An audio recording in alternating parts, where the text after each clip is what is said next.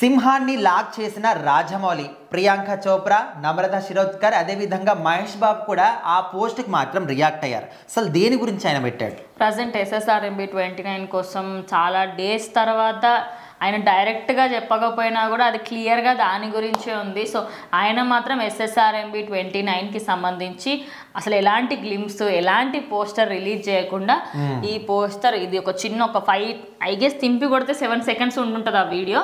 ఆయన టర్న్ అయ్యి పాస్పోర్ట్ చూపిస్తారు. ఆ పాస్పోర్ట్ వచ్చేసి మన మహేష్ బాబు అనమాట.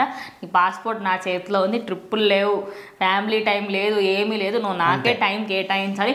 అది 2 కానీ 3 సంవత్సరాలు కానీ. సో ఓవరాల్గా ఆయనకంటూ ఒక టైం. కానీ మహేష్ బాబు మాత్రం చాలా సంవత్సరాలు తీయకపోవచ్చు, 1.5 ఇయర్లో కంప్లీట్ చేస్తారు మ్యాక్స్. కానీ ఆయన ఒక టైంలో అన్నాడు అనమాట, మీకు ఇన్కేస్ ఎక్కువ టైం కంటే తీసుకోండి, కానీ నా ప్రేక్షకులకు మంచి అవుట్పుట్ ఇవ్వండి అని చెప్పేసి. అంటే ఇప్పుడు రాజమౌళి సినిమా అంటే ఖచ్చితంగా ఒక మనము 3 సంవత్సరాల నుంచి 5 సంవత్సరాల వరకు ఫిక్స్. ఇంకా 2 సంవత్సరాలు అంటే కాని పని. అది ఖచ్చితంగా ఆయన సినిమా తీస్తున్నాడంటే ఒక 3 నుంచి 5 సంవత్సరాలు ఫిక్స్ అయ్యనమాట. సో ఇక్కడ మహేష్ బాబు విషయానికి వస్తే ఫ్యామిలీతో ఇయర్లీ ఖచ్చితంగా ఒక 3-4 సార్లు ఫారెన్ ట్రిప్స్ వేస్తూ ఉంటాడు.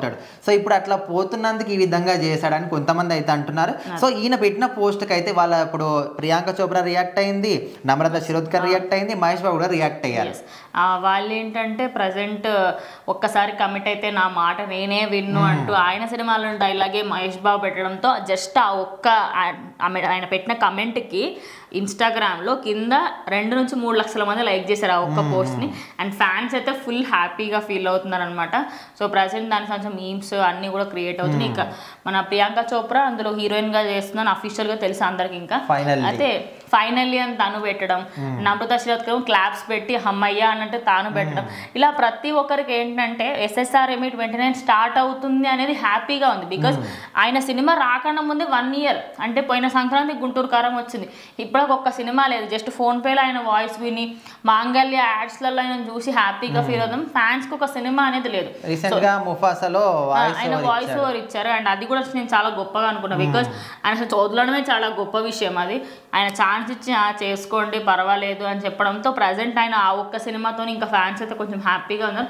చూద్దాం మరి ఎట్లా ఉంటుంది ఏంటి. అసలు SSRMB 29 నుంచి ఇదే ఫస్ట్ అవుతుందా అంటే ఇదే లాస్ట్ కూడా అవ్వచ్చు. బికాస్ రాజమౌళి దగ్గర నుంచి అప్డేట్స్ ఎక్స్పెక్ట్ చేయడం అంటే అసలు మామూలు విషయం కాదు. ఆయన అమాస పుణ్యానికి కూడా ఒక్కటి కూడా పెట్టాడు. రేపు సినిమా అనంగా ఇవాళ మంచిగా ఇట్లా ఓ మై గాడ్ అన్నట్టుగా పోస్టర్లు పంపిస్తుంటారు. చూద్దాం ఆయన ఎలాంటి పోస్టర్స్ ఇస్తారు, ఏంటి, ఎప్పుడు స్టార్ట్ చేస్తుంది, దానికి సంబంధించిన ఫొటోస్ ఇస్తారా ఇవ్వరా అనేది వెయిట్ చేయాలి ఇంకా.